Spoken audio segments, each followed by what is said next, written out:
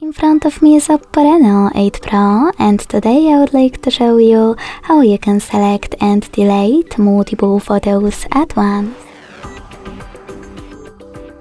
Begin by opening Photos app and selecting Albums or Photos at the bottom.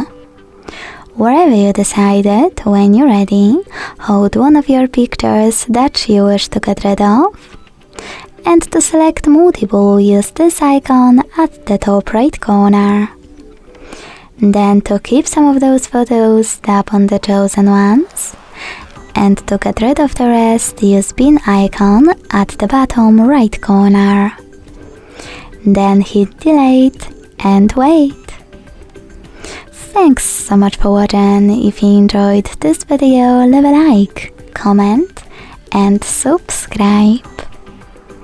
Bye!